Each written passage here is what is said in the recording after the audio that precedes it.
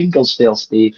When you're on Hey, radio days. we're live now. We can't talk about jingles now. Oh, We've got to crack on. I do have some. I got some of those old carts, the old analog type yeah, things. yeah. Yeah. So it's the Cardiff City phone in. There was potentially one more person on the panel tonight, and it'd be great. A guy called Steve who travels to all the City games from Plymouth. Funny enough, and hoping he'd come on, but I slightly messed up. I only just recently sent him the invite via email, but we got a good panel anyway. So we got Jamie Anderson, resplendent with Cardiff City AFC behind him, which is nice. Nice to see that badge there. Alan Hopkins and Nigel. We are still top of the league. Harris. So pretty good lineup. I'll go to you first, Jamie. As I said on the weekend, I had to work on the weekend, and I was that's where I bumped into Steve actually on West Bute Street. And he had a City shirt on, so we got chatting.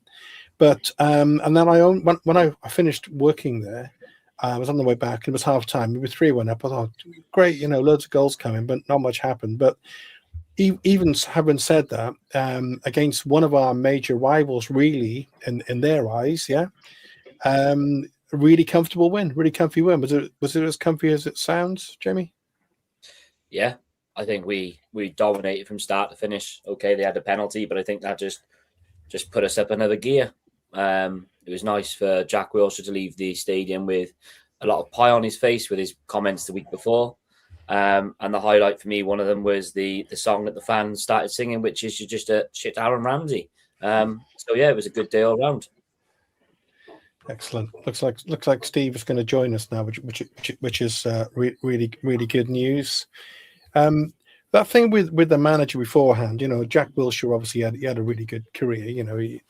He probably have an argument about Aaron Ramsey, but we'll leave that one for now. Yeah, in terms of who was a better midfielder, but I see that as kind of kidology, really, just like sort of spurring them on and giving them a bit of self belief before the game, and because rather than genuinely thinking they were going to turn us over, I suppose you got to do your bit, haven't you, to encourage your players to turn up and do their best. I think so. I mean, their away record is the reason why they're probably not higher up the league. I think they average 1 point a game, which is, with their recent form is terrible, and he's struggling to find the answers. He doesn't know why he can't replicate the home form on the away days.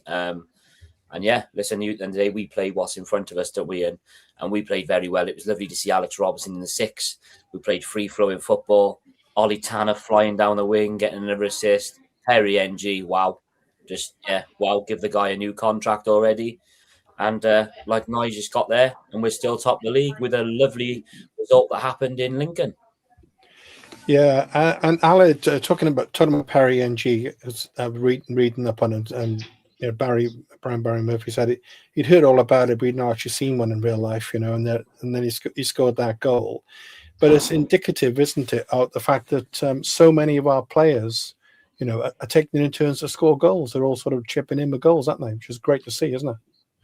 Yeah, I think I don't have the stats in front of me, but I know there's quite an even spread of goals amongst the team, and I heard somebody at the start of the season make a prediction that Joel Colwell would score more goals than Ruben, and that's coming true at the minute. But obviously Ruben's been out, so but it's great that we've got so many people chipping in with goals, especially the likes of Perry NG, where was it 4 years ago at Birmingham, he hit that free kick and we were like, where did that come from? That sort of thing. And he does just pop up with a moment like that every now and again. He can be frustrating at times, but he can do silly things, get caught up in off the ball stuff and let his discipline get away. But on his day, he is capable of something like that. And he's a real asset, I think, to us especially in this league. Yeah, because there was a time, Aled, wasn't there? Probably last season, because let's face it, we were a little bit less unhappy, weren't we? Then, we weren't quite so full of joy last season. But there was a time when it looked like Perry NG, maybe he didn't want to be at the club, and maybe it was time to move on. But he just seems to be totally rejuvenated, doesn't he? Yeah, he does, and obviously Capaccio started at the start of the season because he was coming back from injury. But I think his experience is invaluable really in this. We've got across the board really a pretty young team, as we all know, but you need those characters like Perry NG with his experience at this level, and I think he's a better player than this level. I think most of our players in that squad are at the moment, and he's that kind of experience is needed. You can't go into a season, famous is it Souness? No, Alan Hansen quote.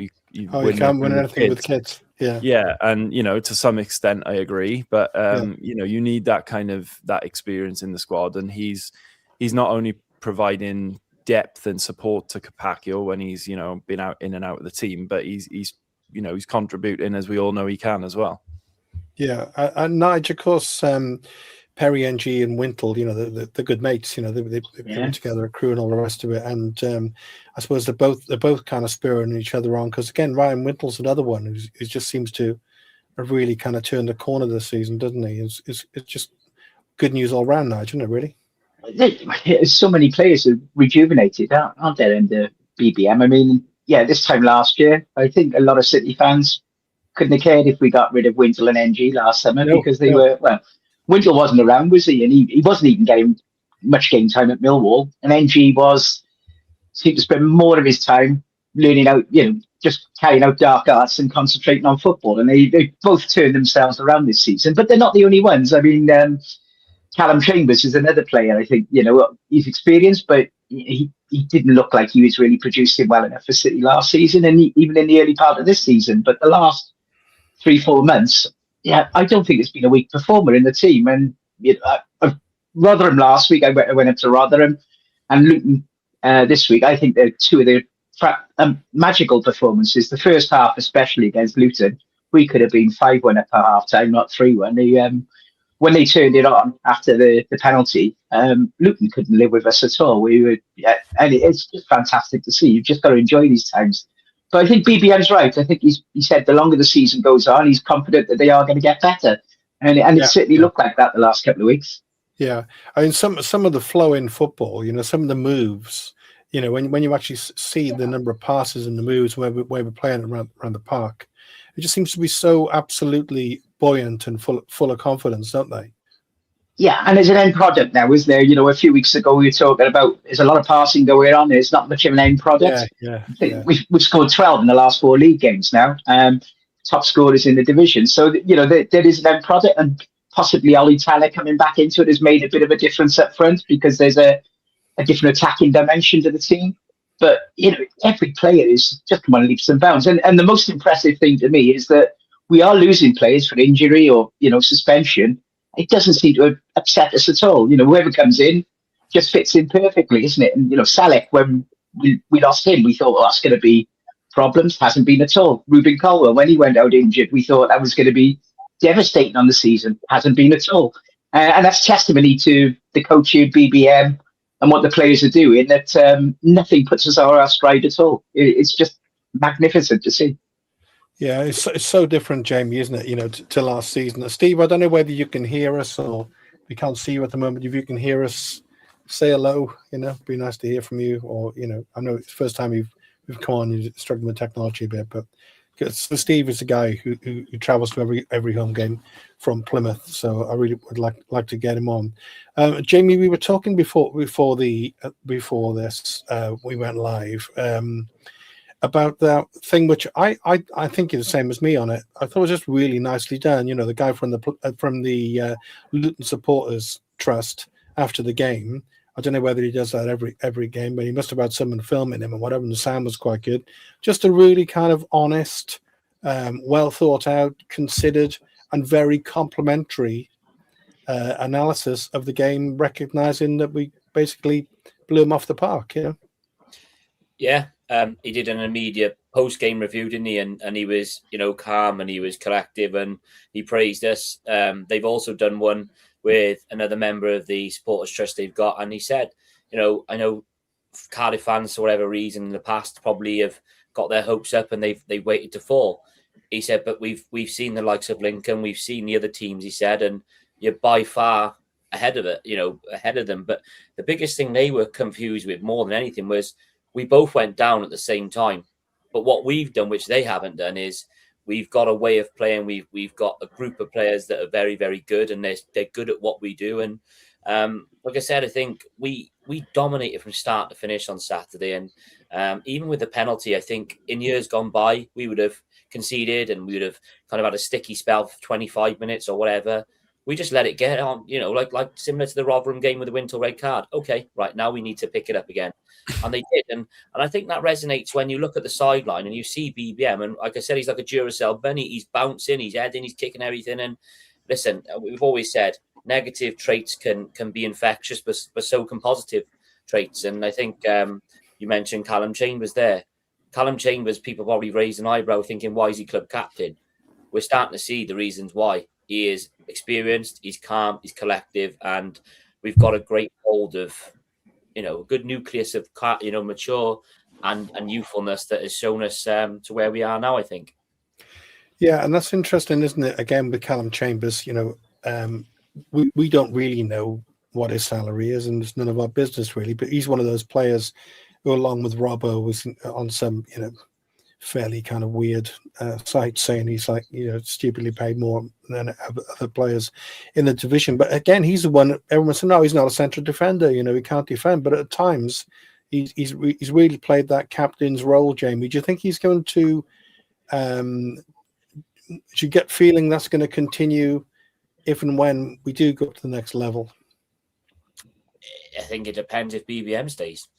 I think in last week's press conference, he was very, very complimentary of the manager, and you expect that. But like he said, he's modified the way he played. Originally last year, he saw himself as a number 6, and he thought he was going to be this different type of player that he maybe hasn't played for, as for years. But BBM has found a way to use him, and not just use him, but effectively use him. It's we've got 4 very good centre backs at the club. We have, so it's nice. It's nice having these selection headaches, because I think when you listen to BBM, it doesn't matter how good you've been or how good you've been Monday to Thursday. If your training is toxic on the Friday, or you're not up to the standard on the Friday, he will not pick you. Yeah. So I think there's this expectancy now that everybody has to uphold. And Chambers, to be fair, he just looks like he's getting better and better. And we're seeing the Callum Chambers, I believe, that had all those Premier League appearances. Yeah, that's interesting. Do you want to say anything else about Callum Chambers, Aled? Because it's kind of interesting. Again, he's another one who's totally turned a corner and seems to be fighting for his place. Yeah, I think he's had to. That's the good thing. He's had the likes of Lawler and Fish come into the side, and now Oshaw seems he had a bit of a slow start, but he's starting to play better. He's really now, come good, hasn't he? Yeah. And as you said, like, we've got 4 centre halves now who are all worthy of playing week in, week out. And I know BBM likes to change it, but Callum Chambers as well, he's clearly been communicated by BBM at the start of this year that your role is going to be a centre half this year. That's clearly been outlined to him. And BBM's laid down the gauntlet to all of them, saying, look, as Jamie said, if you're not 100% in training throughout the week, I don't care what kind of money you're on or what clubs you've been at before, you're not going to play. I'm going to play the best team. And he's doing that. And I think there's, as I said, there's you could argue for all 4 of those guys to start the next game. And I know Lawler's been injured, so we've got to nurse that. But if they're all fit, you could argue for all 4 of them to start. And I think that's a great thing for a guy like Chambers, who's, obviously he's come down to League One, having had all of that Premier League experience, and he might, think he's a big fish in a small pond, but he's really not with the way that the others are playing.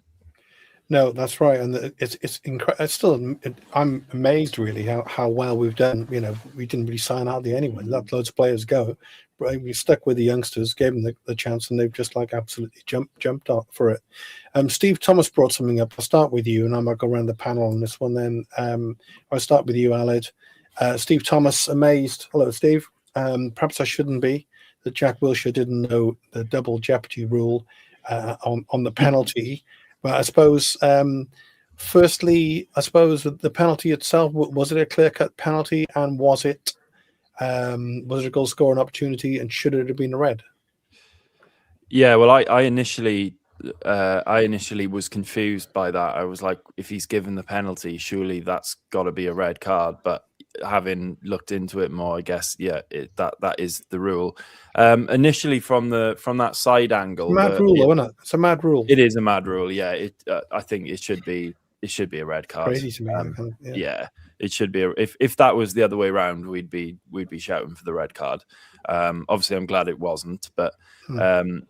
Yeah, I think from the first angle, the one that's kind of side on as Bagan's, Bagan's goes back to him, it does look like he's got a touch on the ball. Yeah. And if you only had that angle, you would be you'd be clear in thinking that he got the ball. But I think there's an angle from the top of the stand behind it where you can see he doesn't actually touch the ball, so it is a penalty. But I watched it back earlier.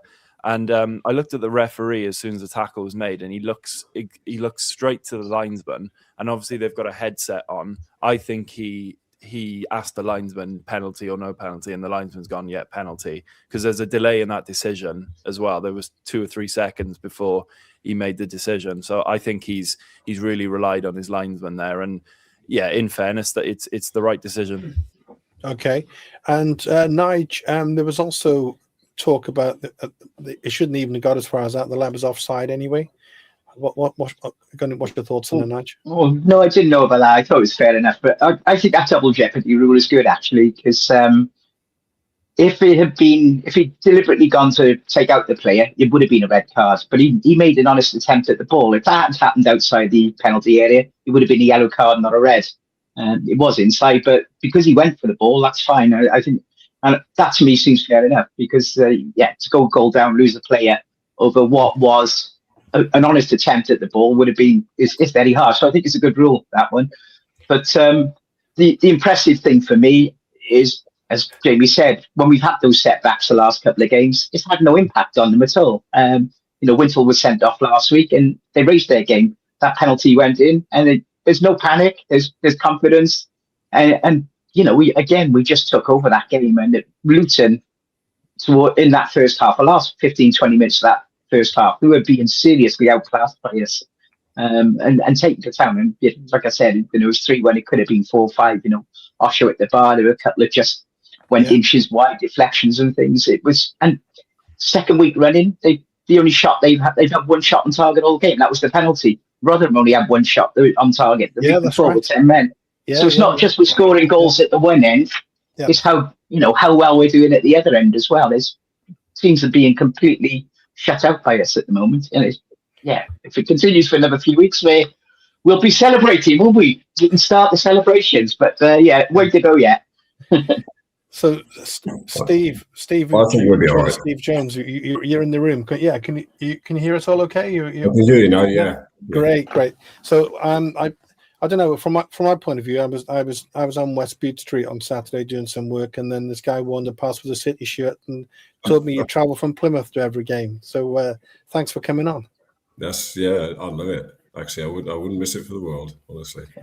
And of course, you'll be all right on the weekend, Yeah, definitely. Yeah. So Steve Thomas, who was on screen at the moment, he travels down. I think I told you this when I saw you. He travels down from Nottingham, but Plymouth is like such a nightmare drive wherever you go, really, isn't it? And you bring your daughter, I think, with you. Yeah? Yes, that's right. Yeah, me and the missus and the daughter. Wow. Yeah, does the wife have any say in that at all? Or? Not really. No. To be honest, she's worse than I am. Oh, good. Yes, you're originally from the Rhondda, Steve. Are you from Trebannog or somewhere? Trebannog, I'm from. Yeah, I'm guessing from your nickname. Yeah. Yeah, Trebannog. So we were just talking about the penalty with Joel Bagan. Was it for you? Was it a clear pen? And do you think is it weird with the referee that? And Wilshire's response. I've looked at it several times, and I'm undecided. I don't think it was a penalty personally. The ball was going away from him, really. And when you see it right up close, the ball was going to his right hand side. Whether he would have ever got there, I don't know. It reminds me of a thing which happened a few years ago. I'm trying to think the left back. Jamie, what's the name of the left back? We played loads of games for us and in the Premiership. Joe Bennett. Joe Bennett. Joe Yeah. Bennett. Joe Bennett. There was a similar one in the Yes. Premiership game, and it's because he's left-footed. He Yes. just looks so awkward when he cuts Yes. across that way. You know. Correct. Yeah. I think that's all it was, really. To be fair. But a great win nonetheless. Oh, fantastic! Yeah, we tell you what, NG's goal. Right, where did that come from? All of a sudden, 1 minute we were sat in the seat, and the next minute it was in the net. And I thought, my God! And Yeah, it's just he really whacked like it, a didn't he? bullet. Yeah. Jamie, do you want to quickly respond on the pen thing yourself? At the first glance at the Canton stand, I was like, yeah, he's pen. But I always look, and it sounds daft. You know where the assistant referee, he's got a flag for a reason. He wasn't flagging. No. And that's what like Alex said there's about the delay. I don't think either of them were fully convinced that it was a penalty because, like you said, the direction of the ball, there's going to be contact, isn't there, when you're going for a ball? That's football for you. But it was frustrating because, like you said, you expect sometimes the official to flag, and that's a clear signal. He didn't. There was nothing. It was almost like thinking, but I always say, isn't it brilliant when you get your humble pie when young Clark comes up to the Canton stand, hushing everybody and so on, and he walks out with his head down outside the stadium after the game because he's got his tail between his legs. But listen, like you said, like we said earlier on, is it only just spurred us on. It didn't take anything out of us. It just woke us up a little bit more and made us go into the next gear. And listen, we one thing I think Nige said about it, one shot on target all game. At the beginning of the season, we were conceding on average about 10 shots a game on target, and Trott was like Spider-Man in goals. We've seemed to have found a way now to play an attacking brand of football, but be strong on the transition and defensively sound. So it's brilliant, and it's all set up for that day in Mansfield when we're all in fancy dress and whatever. Hopefully, anyway. Yeah. Yeah, we can look forward to that. I think Peter Kitchen was talking about that, wasn't he? Talking about celebrating as and when he thinks we're going up anyway. Let me go to you with this one, Jamie, and then I'll go around on the panel on this one as well. So Jeff de la Cruz, our Irish correspondent. He's not really Irish, but he lives in Ireland. How does USAP fit in at the moment? BBM doing a Pep, he used a false nine a lot for a few seasons. Then he got in Haaland, who is, of course, a true nine, but he does mix it at times. Does BBM do the same? Has he sort of discovered a new trick here, Jamie, with, because we're doing okay, aren't we, with this new formation, which I didn't see coming? No, I think we were forced into a position, weren't we? Let's be honest. We were forced in a way into what we thought we didn't have, which is a backup striker. I think it goes to show why Chelsea, albeit it was an FFP transaction, they see something in Kellerman, because I think we've gone up the level since he's gone on that false nine, just because he's able to drop in and he sees passes around the corner. We're seeing it with Ollie Tanner now, where he's able to take the ball on a half turn, Kellerman, and link up with his wingers and continue to run. I think he's taken maybe something that Salek doesn't do, but that's not his fault, is he pulls centre halves out of comfortable positions. So then there's gaps in behind. Listen, the Omari Kellerman experiment is fantastic, and I'm all for it, because we've said, why change a winning formula? And Kellerman at the minute is probably going to be just going up levels. Yeah, he took his goals so well as Ala, didn't he? He is a bit of a class act, isn't he, at this level? Yeah, he's playing really well, and he's showing all of that potential that Chelsea. I've got a mate who's a Chelsea fan, and he said, yeah, he's one who we're kind of looking at the future, or they view it, because they're such a high level, I suppose. These kind of players, they're like, yeah, could be good, could be not. It's kind of, they're not sure whether they're going to hit the heights of Chelsea, but I think he's one that they are really happy he's having a good season with us. But I think, just going back to the original question, I think BBM.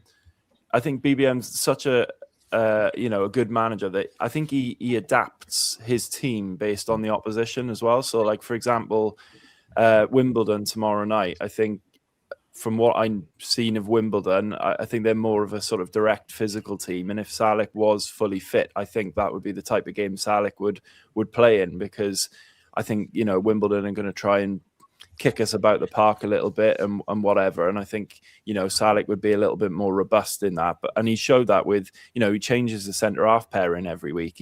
Even though we're winning and we're being consistent, he's not afraid to change the team based on the opposition. And I think, so going back to that question, I think Salek fits in based on what BBM thinks of the opposition that we play. And I don't think there's a team set in stone, and I don't think we'll ever see that with BBM. Yeah, which is nice now, isn't it? Because without personalising it too much, there have been managers in our fairly recent past who were a bit kind of one-dimensional. That was the way they played, and that was it. Oh, yeah, absolutely. And I was seeing on BBC tonight, BBM is saying that Salek is still some way off a return anyway. So it doesn't sound like he's going to be around for the next couple of weeks at least. So it's just as well, Kellyman he's another player who's been a revelation, hasn't he? We know he's got quality. We know he's got skill, but he has taken a little bit of time to get over his fitness and get into his stride. He's such a deceptive player, hasn't he? He's got fast feet. The number of interceptions he does, because he closing down players as well. It's not just his skill on the ball. He works so hard off the ball too. And it's like Jamie says, as soon as he's past it, he's making a run as well. And I think that's what's making us so special at the moment. That our attacking talents, if you look at the players we must be a nightmare, because you've got Ollie going at your one side with his directness. Willock is trickery on the opposite side. You've got like Robertson is, we've all been waiting for Robertson to return, and we felt there was something missing. And again, he's taken a few weeks to get back into it, but he's prime at the moment. He is absolutely firing. And then you've got the attacking talents as well in the middle. And then even at the weekend, the players we bring off the bench, Ashford and Isaac Davis a week before, he's not about for another week or two. But we're bringing real attacking talents off the bench as well. There's not any player there who you think, they're not up to this level. Robbo's struggling a little bit, we know, but he's one of those players. If he gets one goal next game, he'll probably get 2 or 3. But it's all looking so promising, isn't it? So what's your thoughts on that, Steve? Because we've spoken about this a couple of times on the show. I was when he surprised me at the beginning of the season when he put the youngster Turner in goal. He just makes those calls, he makes those calls, and that's it. And I was surprised when when Youssef was out. Here's Robbo's chance, and he's still sort of picking up sawdust on the bench. Yeah, I know, it's a hard one to take sometimes, because when he comes on, he's so eager. He wants a goal. Yeah, it's just not going in for him. Everything he's tried, doesn't he? I thought he was in. He's been close loads of times, hasn't he? How it stayed out, I don't know. But yeah, I like Robinson. I know he's been a bit of a time on the bench this season, but it's good. The competition's good. There's so many players there up front, like we were just saying. Kellyman's on fire, really. He loves it. He loves it. He loves that role. But anybody in that front 5 or 6 could get a goal at any time, which is great. Yeah, we're not relying on one player. Salek, when he comes back, he'll be the same thing. Yeah, I think Barry will swap things around a little bit now and again. Do you think he might? Do you think he might, Steve? Sorry, do you think he might stick with Kellyman and maybe have Youssef coming on, later on when they're a bit beaten up, Yeah, I think it'd be hard to take him out now, wouldn't it? Really, the way he's playing. Yeah. It's working so well, isn't it? Maybe again, he's the modern manager, isn't he? That's the way he does things, I suppose. I suppose we haven't got that physicality that Salek has got. No. That's the only difference, but it doesn't seem to bother anybody. We still play the same way. We attack all the time, and we're scoring goals for fun. It's great. And we're scoring really good goals as well, they're in really beautifully worked goals. And often, a couple on the weekend, really, Turnbull's finish was lovely. Great go through ball from Joel. And, the goals Kellyman scored, just really sublime goals, it's not banging it up in the air in Division 1 and get on the end of that sun stuff, We don't do that, really, do we? We don't do scrappy goals, do we, really? No. Because I watched some of the highlights on the weekend, and I watching Lincoln a little bit. Yeah. And you can see why they're up there, a bit like Stockport, really. Just big lumps, good in the air, dangerous at corners, and a handful. Yeah. So we still got to keep our eye on them. But I think we are out of the league as a football team. Jamie, would you say?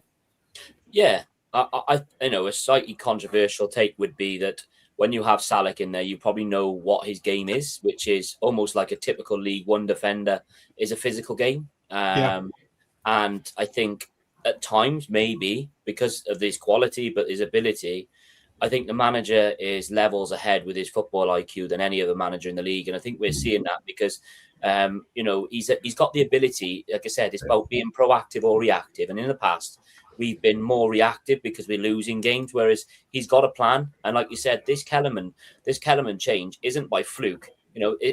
As per the Joel Colwell situation, Joel Colwell goes under the radar. I don't think Kellerman's is effective if he doesn't have a Joel Colwell's legs around him to be able to get in those positions, to cover the amount of ground that he does. And, we talk about the way we're playing. I looked at the stats for Ollie Tanner, and you look at it, he's got 7 assists, I believe, in his last 6 it's crazy. Yeah. But you look at it, he's now 5th overall in the league. Contrast, he's only played 14 games with 8 assists. The top 5 have either played 20 games and more. Now, Ollie Tanner we know he's a flair player. He's somebody who's confident. Ollie Tanner this year, you look at his right foot and you think, well, we know he's got it, but now he's using it even more. It's frightening. And again, we've got so many strings to our bow that you can only imagine that tomorrow, like Wimbledon, their away form is better than their home form, but they're going to have to think, well, hang on, we can't probably bully us because, like we said earlier on, is they are big and physical. But what do you do about big and physical players? You go round them, you go behind them, and I think we've just got so much pace in the team. And like you said, unfortunately, Isaac Davis has got that horrible collision. Which I'm sorry that the EFL need to wake up and realise that that's unacceptable. To take any action against that. I want to come on to that because Graham said the same thing here, and I want to talk about this a bit with the panel again. Still fuming, no action by EFL for the assault on Davis, and he's totally taken out off the ball. I think it was a lad called McWilliams is the chief suspect. He's out, yet the player who's done it can play on. So we got that one, Jamie, right? And then we got the Stockport game, where the manager famously made that comment about changing someone's facial features, or more or less, that's what I expect from my players, right? Talking about Joel Colwell, and that challenge on Youssef, which apparently wasn't even a foul, and he's been out over a month now, and we don't know when he's back. It's a slight worry, I suppose, with the youngsters, I suppose, in this division, that at League One they're going to put it about, aren't they? That's how they're going to go. That's testimony, I think, to the manager, because it took him 30 odd games to actually say something, which he's all calm and collective. So I think he was very clever on that. He bought his time, but that Stockport game, we can argue about the Salek situation. Yeah, okay, it might be a footballing contact, whatever. But then the second half, there's a blatant elbow on Ryan Wintle that smacked him, looked at him, smacked him in the face, and the referee just give a yellow card. So, okay, that's fine. But then it becomes a pattern. And like you said, the Rotherham situation, yes, okay, you could say you apply the letter of the law for that, the Wintle red card. He was very quick getting his card out, may I add. But if you're going to use that as an excuse or your reasoning, you're applying the letter of the law, then you need to be consistent with it. And we often praise referees if they do something well. But at the end of the day, they're not doing... Well, in my opinion, anyway, it feels like they're doing a lot to almost derail us and put a spanner in the works, because there's being physical, and then there's being bullies and old school centre halves. We've seen it with the Swindon Town situation. Ian Holloway was fuming, but you can't go round grabbing people in the inappropriate places and think it's acceptable. Football's changed, and you've got a duty of care, and that's the key thing for me, is a duty of care to your players and a duty of care to young players especially. And I think referees this year haven't done it particularly well. What about you, Aled, in terms of the physicality? Because, after the game, the Stockport game, for example, there were a couple of, it wasn't just the challenge on Youssef, there was another elbow which looked even more premeditated to me. And with the Youssef one, he had a run-in with that player just a few moments before, it was retaliatory challenge. It seems it's kind of almost dangerously inept sometimes to referee in at this level, and things are going on which are, problematic, aren't they? Yeah, and Yusuf Salik's the prime example, really, of a player who's not been protected by the referees at all this season. He's been assaulted almost every week, and now, as we've seen, he's paid the price for that by having quite a serious injury from it. And I just think, if I'm BBM though, I'm taking it as a compliment. I'm saying to the players, they're kicking you because you're too good for them. You're too quick for them. You're too sharp for them. And I think we haven't got promoted yet. Obviously, there's a long way to go, but it's looking good at the moment. And if we get out of this league, we will see less of that. I think there are seasoned pros in this league who are 30, 31, 32, 33, who look at this team and go, it's a team of kids. We're going to bash them about for 90 minutes and see what happens. Just on the referee thing, it's difficult. I think they need to be protected more. As Jamie said, the game has changed. You can't have that kind of Mick Harford type player now who's just elbowing everyone every week. Interestingly, I've seen from the Premier League. Have you seen some of these videos have been released of the refs' mics and the refs' body cams in the Premier, and they're actually a really interesting watch, because they do show the referee how thorough the referees are, and they're constantly communicating to their at that level. Yes, that and what we've got the technology. We've got the technology available. There's plenty of money in football. Why can't that be done? Down the tiers as well, all throughout the football league. I'm not saying you have to upload the full 90 minutes of the ref body cam every week, but when there are those kind of moments, release that and show the process that's being taken place, and how the referees and the assistants have come to those decisions. I just think it would clear things up for fans a lot more, and they're protecting each other essentially by not releasing it. Yeah, interesting. Nigel, any thoughts on that? Yeah, exactly. As all the boys are saying, it's it is just the level that we're at, and there's very few teams that will play football like we do. A lot of the teams in this division are physical. The one good thing with Cardiff is early in the season we were getting intimidated by teams that were very physical in our faces, but we dealt with that now. The one that really has shocked me really is the Isaac Davis one last week, because that was a guy who stepped over towards him, and then as he's running by him, just put a forearm in his face with the ball in the goal. Yeah, there is footage. Yeah, it's not the best, but there's you can clearly see that as Isaac Davis is sort of making his way upfield, this player sort of takes 3 or 4 steps backwards to get into his path, and as Isaac is level with him and literally just running by him, he throws an arm up into his face. So that's why he was taken out, but the ball was in the goalkeeper's hand. It trots hand 30 yards away. So it's an incident that's happened off the ball where there's nothing going on. So how the EFL can just say, "Oh, there's nothing to see here," is incredible. And I know he had delayed concussion. From what I hear, he can't remember scoring the 3rd goal. He wasn't aware he'd scored it until afterwards. And I do know someone who was with him yesterday, and apparently they said he's absolutely fine. He's quite quiet, Isaac, from what I understand. So, it's just concussion protocol. So hopefully he will be back in after this weekend coming, I think. But that's just nasty. And you could see at final whistle, he was in some distress. And I think those of us in the away end thought he'd had some sort of hamstring injury at first, but it was the concussion. It just, really knocked him for 6. But if you're running past someone and they throw an arm in your face, you're going to be badly affected by it, because you're not prepared for it. You've got no means of defending yourself. It's just cowardly. And for the EFL to get some footage and go, there's nothing even to talk about here. It just gobsmacks me. I think if it had been a Cardiff player, it might have been a different story. Yeah, Steve, just to play like devil's advocate, I suppose a couple of things. We are the targets, Willock was right. Everyone wants to be Cardiff City. Everyone wants to put one over on Cardiff City. If we get a result at our place, blimey, that's fantastic. If we were if some of the other clubs, I'm literally just trying to get a debate going with you now, but other clubs could say, oh, big time Charlies, Cardiff, they've come down in this division, moaning they've getting a bit of physical, what a bunch of softies. they might say, Steve? Yeah, it's a difficult one, really, isn't it?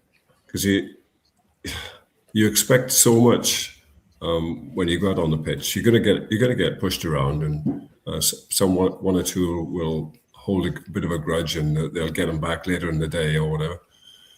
But I still think the refereeing is shocking. The officials themselves, they've got to be the ones that stand up and say, like, that is a foul or that is not a foul, and take the appropriate action. If somebody's done something like that, he should be off the field. And like I said, that game, the Stockport game, that was a shocker. Terrible. Second one in particular was awful. Really disgusting. He should have been off. Yeah. And He wasn't, we all give him a hard time after that, didn't we? But nothing made any difference. He still stayed on that field. And then the manager, like I said, came out and said, Challoner, when they came out and said what he said after the game. Yeah. I mean, why isn't? How can he say something like that? I know. Effectively, that if you're going to let players score goals against you, at least you should change their physical appearance, for the rest of their lives. Absolutely. How can you say that? And it's just waved on, Every player's got a family to go home to in the evening. Yeah. Salah didn't make it. He went to the hospital. It's just not right. Yeah. There's always physicality in the game, but you could see there was a bit of a needle all the way through the two of them. Yes. I mean, because Youssef, let's face it, he's to his great credit, he's a big lad, but he's absolutely up for the battle. He's not going to be bullied. No. Is he? I know he won't be bullied when he comes back either. I'm sure he'll just want to crack on, won't he? Phenomenal. Yeah. There was a great question earlier, Steve, which I'll ask you about first, and then maybe get the opinion. It's a really good question. To do with Ruben versus Joel, yeah? Yeah. Which is the best attacking asset for Cardiff City? Ooh. I have to say Joel. Yeah. For me, at the moment, I know Ruben's been out for a while, but Joel seems to have that something at the moment, and he's full of confidence. And he's popping up with the goals as well, which is great. It's good. It's a good little bit of rivalry between brothers, really, isn't it? When you look at it. And we haven't had many brothers. We're talking about the Bennetts earlier. We haven't had the Gileses, I suppose. We haven't had many brothers, really. No, that's right. Yeah, but it's nice, really. It was good to see Ruben back. Yeah. I know he didn't have much of a time on the field, but you can see he was itching to get back on that field and do what he did before. Well, he should have had an assist. He skipped past that left back like he weren't there and put it on a plate for Robinson, who, in my opinion, there's a tad of bad fortune. It comes off the keeper, but Robinson should score that for me. That should have been in. I know.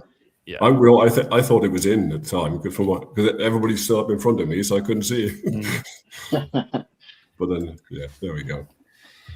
What about you, Jamie? The Battle of the Colwills. Nice to see the one replacing the other on the weekend as well, by the way. Yeah, that was a lovely moment. It's a tough one because they're two different types of players, aren't they? One is, you look at it and I think Joel is more versatile. I think you can play Joel as a 6, you can play him as an 8, you can play him anywhere, and he's got the legs to do it. Whereas Ruben's someone you don't want deep in on a pitch. You want him higher up because the way he's able to, like you said, he just strides past people. And that left back, he was nowhere near him the other day. And the ability that Ruben's got to put a cross in on a sixpence is uncanny. And like you said, he's got, like someone said there, he's got his set pieces as well. All I will say is his mum and dad have done very well to have two brilliant footballing children, but they are assets to our club. And like we said pre-show, is they are ours. And the biggest thing for me is making sure that we keep ours and we don't just, for the sake of doing it, make a quick buck here and there. No, we keep them and we build around them, because Joel, I watched Joel last year at Exeter in the second half of the season, and he didn't get as much game time, but you could see the player he just mops everything up. I think he's going to be massive for us, especially going into next year where Wintle at the minute hasn't got a contract, extension sorted. Could he be a number 6 for us next year? Could he be a 6 or an 8 with Robinson? He's got definitely a massive part to play for us, I think, Joel. Yeah, and also, of course, as somebody said earlier about, when Youssef's back, and Isaac, we've pretty well got a full squad. But of course, Eli King, there's another one who's been out all season, who's another contender for that position. The Battle of the Caldwells, Aled? Why does it need to be a battle? I think it's a phone in. We've got to make it a battle, haven't we? It's my job, you know. As I've kind of said on here before, I love them playing together because obviously they're brothers. Yeah. They've got that kind of intangible chemistry with each other from obviously growing up playing with each other, and I think that's something obviously quite unique. And it's tough competition at the moment because obviously Wintl's been outstanding and he was only out of the team this week probably because he was banned. And then you got Turnbull's played really well, scored on the weekend. Kellyman's taken up a different role. Joel's been outstanding. So it's kind of a who's who of who you play in that team. But I think if you were asking me to pick our best 11, I think I'd have both the Caldwells in there. Fair enough. I'm not going to do it. No, I'm not going to do it. We'll be here all night. No, I just suppose that's a byproduct to some extent, isn't it? Something which a lot of us don't feel should be happening, but seems to be working so well. Is this variation, mixing it up and bringing players in and out, and he's got those assets, so he's just mixed it about, and it seems to be working really well, doesn't it? Yeah, I mean, earlier in the season, when they were changing the centre backs every game, I think a lot of us was doing our nuts in, why are you changing it? But now we've adapted to it. And think back a year ago with Omar Rees there, he was basically doing the same thing, wasn't he? He was like throwing all the pieces in the air. We weren't winning.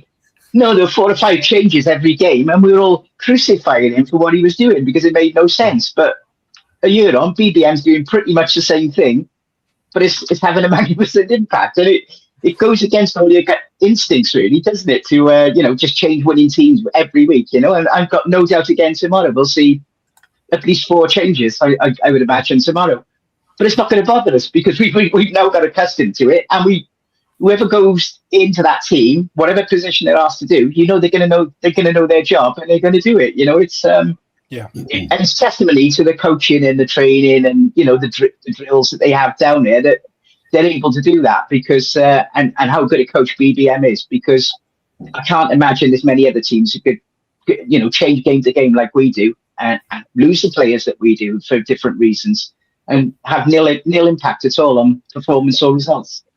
How long is this contract now, by the way? Oh, that's a good question. I don't know. I think it was 2 years. I think was it 2 or 3 years? 2 years, Jamie? I think it was 3 because I think someone said it was a long contract we've given a manager in 7 times. All right. So that's reassuring. That's a decent one. I think my gut feeling is that as and when we get out of this league, Nige, that BBM probably wants to stick around to be part of the project to take us as far as he can. I think he's going to be that kind of ambitious guy. You'd like to think so, but football being what it is, if there's a team who's a manager lower Premier League or something, he's going to look really attractive, isn't he? What he's done. He'll be very attractive to most clubs because he's not spent a lot of money and he's produced what he has. But that's going to be the same story with many of our players. The performance levels that they're putting in, that's going to attract attention. But that's part of success. That's what's going to happen. But you would like to think that if we go up, we'll keep the team together and the nucleus of that team, and hopefully Vincent will support it, or something will happen to really get this club going forward. We don't want this to be a one-season wonder and then stagnate again, as we've seen for the last 5 years, isn't it? This brought us to where we were this season. There has to be continued development here, and we're all loving everything that's happening on the pitch, but we're honest with ourselves.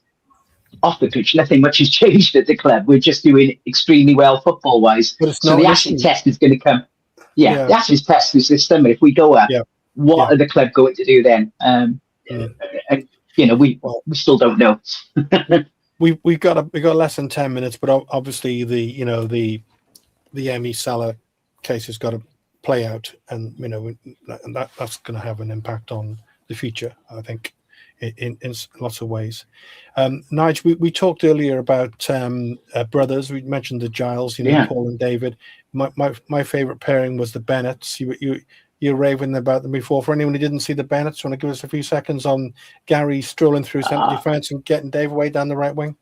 Yeah, well, Dave Bennett was a really good player at Manchester City anyway, wasn't he? And we were a struggling Division 2 team at the time, now Championship level. And they brought Dave Bennett for 120,000, and Gary Bennett came just to keep his brother company, I think, for no other reason than that. But Dave Bennett was a mercurial talent on the wing. Ollie Tanner is as good as he is. Dave Bennett was sort of light years ahead of him in terms of ability and skills and what he could do, his trickery and everything.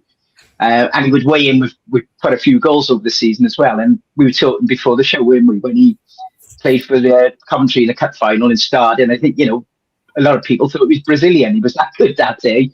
An amazing player. And we were blessed to see someone like that for a couple of years at the club. And then Gary turned into quite a top-class player himself and also went on into the top division, didn't he, with Sunderland and a couple of other clubs as well. So, what an amazing pair of brothers that they were. And if the Colwells can emulate them, and I've got every belief that they will, and that's what we got to enjoy these times. We're watching a special group of players at the moment, some amazing talents. And there's not, I don't think I've seen a season in my lifetime where we've been top of the league for so long, played so well for so long, got this great results. I meant 46-47, I know, is like the gold standard in terms of the results. I think they won 30 through 6, lost 6 that season.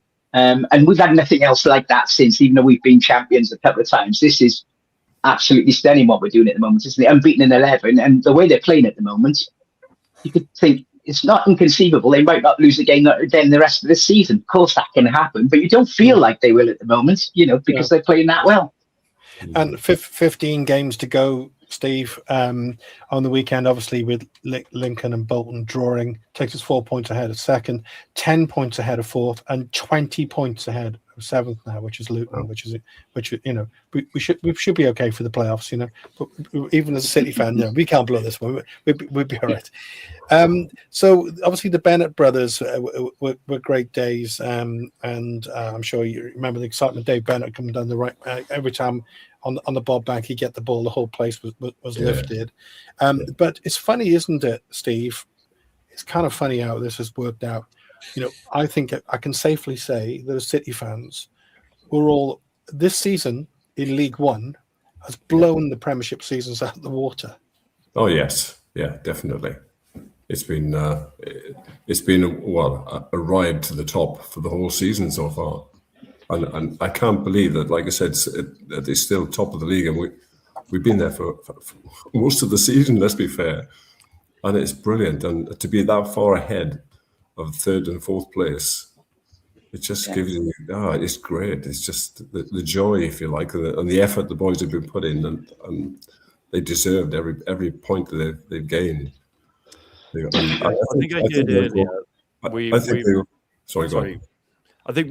heard earlier that we've been top since match day 5, and it's match day 33, I think, tomorrow. Wow, that's right. Yeah, I saw that. Something like that. It's phenomenal. Actually, I've not seen a season like this ever. Apparently, we're 33-1 on for promotion next season already. Lump on, Jeff. Lump on. Yeah, there you go. worth a tenner, eh? It's worth a tenner. I wish I put 100 on City to win the league this year. I should. If they do go up, I don't think the Championship is fantastic this season. You look at the teams who are knocking around the playoffs, like Preston, Millwall, and good. They're having good seasons, but they're not teams to fear if we go up, and they're the teams who are up there. So why not? Particularly if we can have 8 in the playoffs next season. They're talking about extending to down to 8th place. I hate that idea, though. I got to say. Oh, it's shocking! I think it'll go through, though. I think they'll vote it through. Yeah, you can see why in terms of keeping it interesting and exciting. But I think it's ridiculous nonsense. But there we are. Talking about the number of games to go, 15 games to go. Jamie, people talking about 8 more wins that could do it. Be nice to break the 100 mark, I suppose, points wise. But it's just getting up and getting out of this division, Jamie's. Whether we win the league, whether we come second, let's get out of this league, isn't it? 100%. I think we all would have said it at the beginning of the season. If you'd have said it Port Vale away when we drew 0-0, that we'd be at a canter now, I think we'd have bitten, we would have all laughed at it. Do you know what I mean? But again, you haven't got a plus 28 goal difference and 66 points at this stage of the season for a fluke. We're there where we are on merit. I mean, I know people will say, oh, but you're not going to do this. I hate it when people say, oh, but they've got big players, they've got a big wage bill. No one was saying that about Birmingham City when they spent 15 to 20 million pound on Jay Stansfield last year. Yeah. We're doing it our way, which is with most of our youngsters.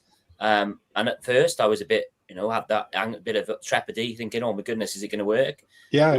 What a blessing it's been, and we've always said about the silver lining. Nobody wanted to go down. No one wants a relegation, but this is probably the reset that we needed. And I stand by it. I genuinely think that this time last year, Dylan Lawler was in the 21s. Ronan Gapaka was playing in 21s over Leckwith at 2:00. Now they're in every match day squad. They're being picked for Wales.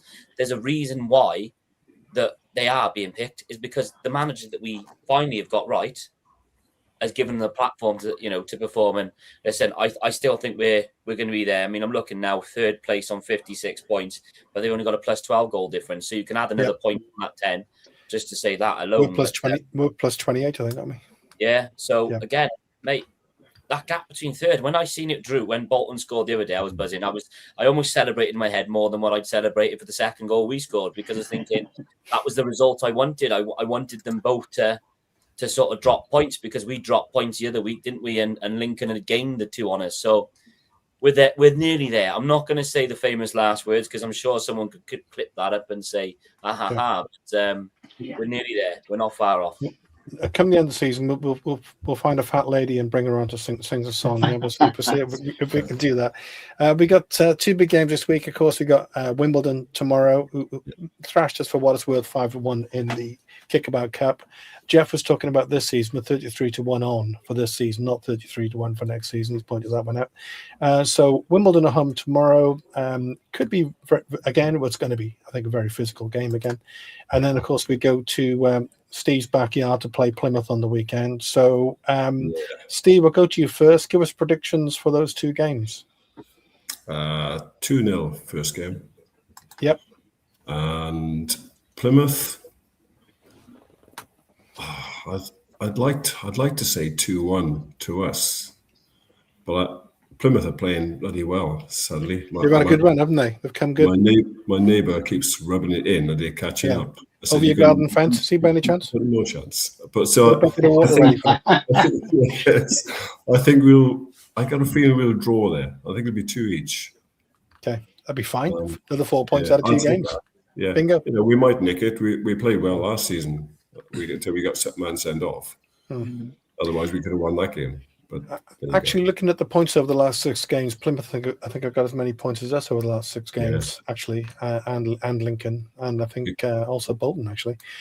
Jamie, what's your predictions for those 2 games? Minimum 4 points out of 6. I think tomorrow, like you said, it's pretty physical. They've got an old school sort of team. Their away form is better than their home form. So, take that what you will. And as for Saturday, I just look then.